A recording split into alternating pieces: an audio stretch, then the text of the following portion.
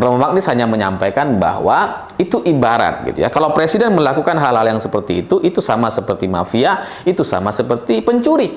Apakah itu terjadi di Indonesia atau enggak? Silahkan dinilai sendiri, silahkan publik yang menilai. Dan kemarin kesaksian dari 4 orang menteri ini membenarkan itu semua.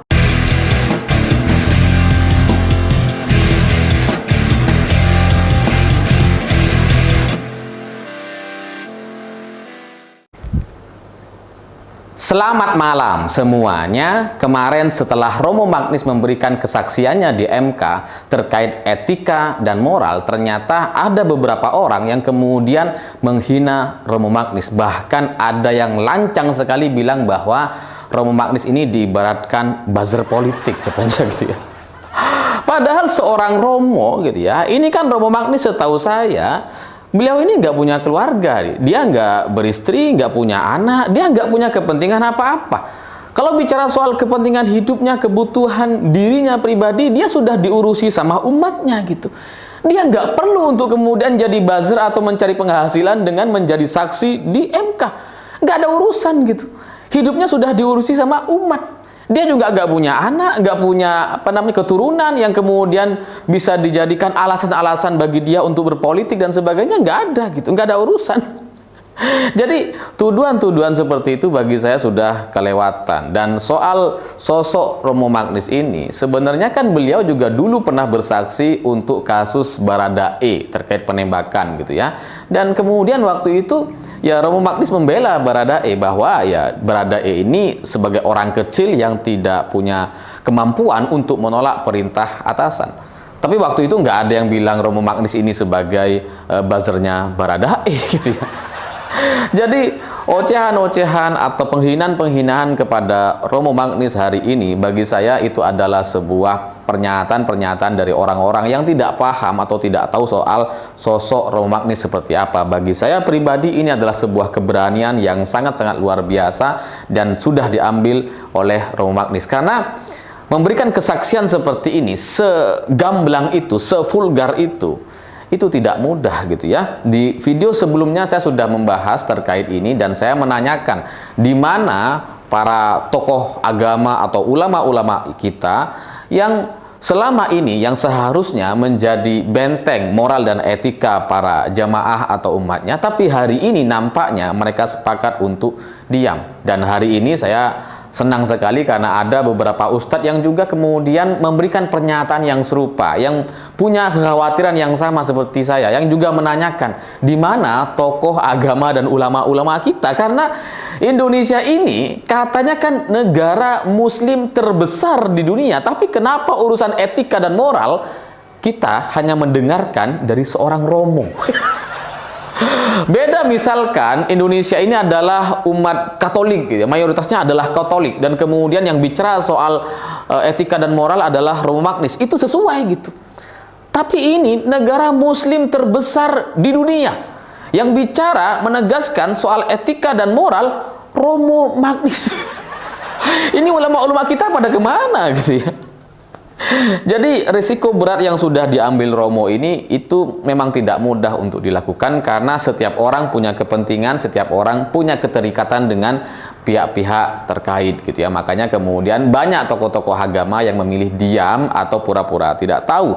Tapi apa yang disampaikan oleh Romo Magnis ini bagi saya itu sangat-sangat sesuai dengan warisan Nabi Muhammad gitu. Karena Nabi itu kan pernah mewariskan kepada kita untuk berbicara, untuk menyampaikan sesuatu yang mungkin itu menyakitkan, yang penting itu benar gitu.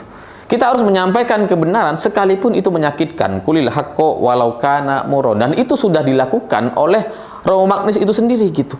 Jadi apa yang disampaikan oleh Romo ini adalah sebuah pelajaran untuk kita, untuk muslim gitu ya. Di tengah bulan puasa, bulan Ramadan seperti ini, untuk urusan etika dan moral kita ternyata masih perlu belajar dari seorang Romo, dan itu bagi saya tidak masalah gitu ya, karena saya meyakini bahwa kita itu hanya perlu untuk mendengarkan apa yang disampaikan, bukan siapa yang menyampaikan. Siapa yang menyampaikan terserah gitu ya. Tapi kalau memang yang disampaikan itu adalah benar, yaitu kita harus terima, dan itu yang disampaikan oleh Romo Magnis kemarin. Dan yang juga luput dari perhatian banyak orang, nampaknya soal pernyataan Romo Magnis ini hanya berdasarkan soal etika, padahal pernyataan-pernyataannya itu sangat-sangat luar biasa telak gitu ya, luar biasa jelas sekali, dan kemudian sebenarnya dibenarkan oleh kesaksian 4 orang menteri. Karena kira-kira Romo Magnis bicara soal pembagian bansos juga gitu ya. Terkait bansos, Romo Magnis bilang kira-kira seperti ini: bansos bukan milik presiden, melainkan milik bangsa Indonesia,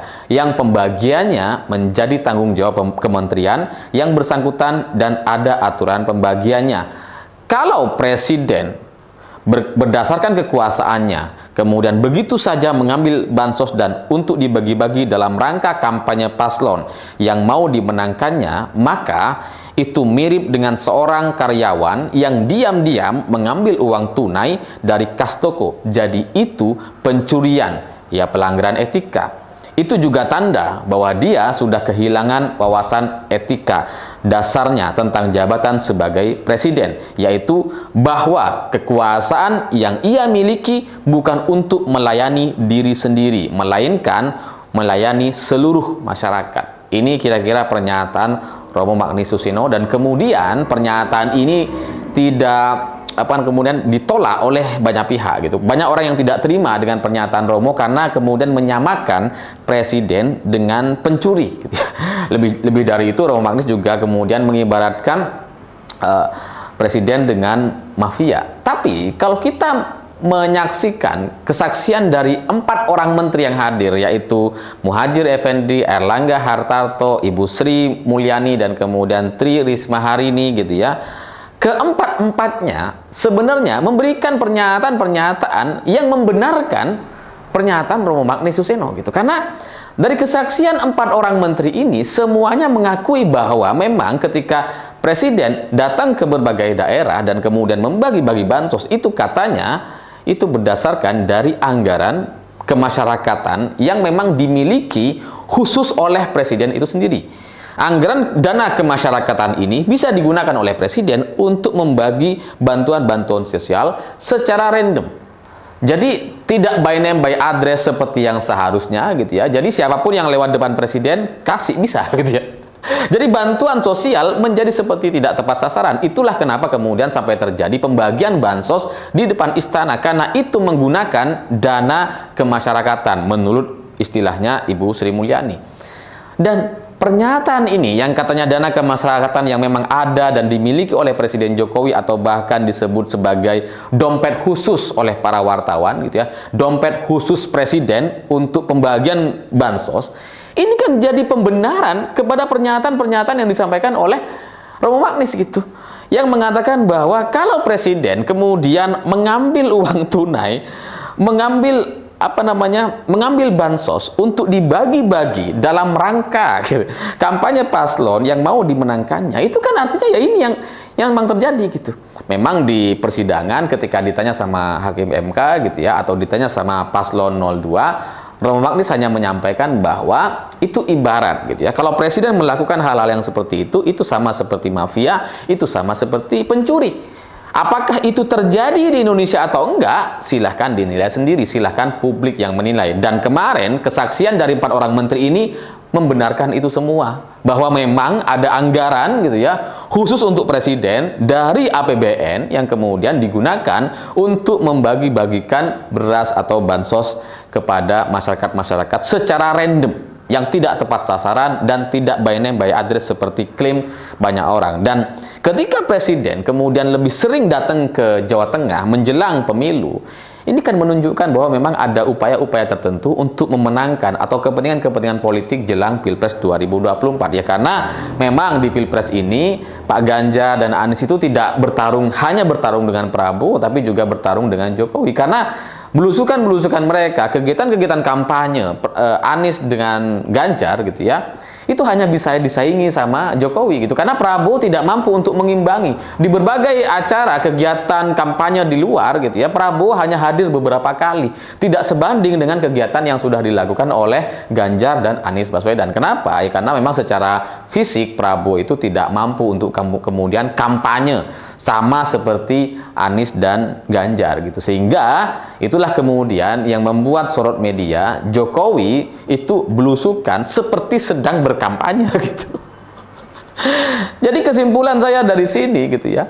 Ya, apa yang disampaikan oleh Romo Magnis ini entah kebetulan atau memang sudah diprediksi oleh berbagai pihak, saya nggak tahu gitu. Tapi kesaksiannya terkait mafia, terkait presiden yang bagi-bagi bansos kemudian diidentikan dengan bansos presiden, padahal itu adalah milik bangsa Indonesia, itu sama seperti pencuri yang mengambil uang dari kas toko.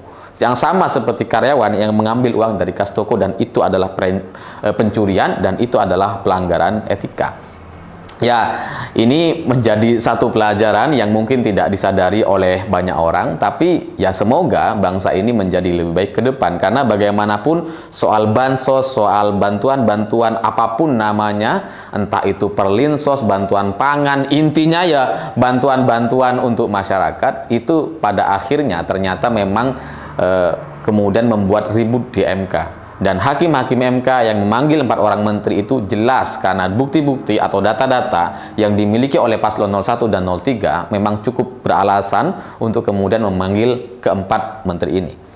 Jadi bagi saya apa yang disampaikan oleh Romo Magnis ini adalah satu pernyataan yang keras, pernyataan yang berani, dan kemudian ternyata dibenarkan oleh 4 orang menteri. Saya pikir itu. Terima kasih sudah menonton. Begitulah kura-kura.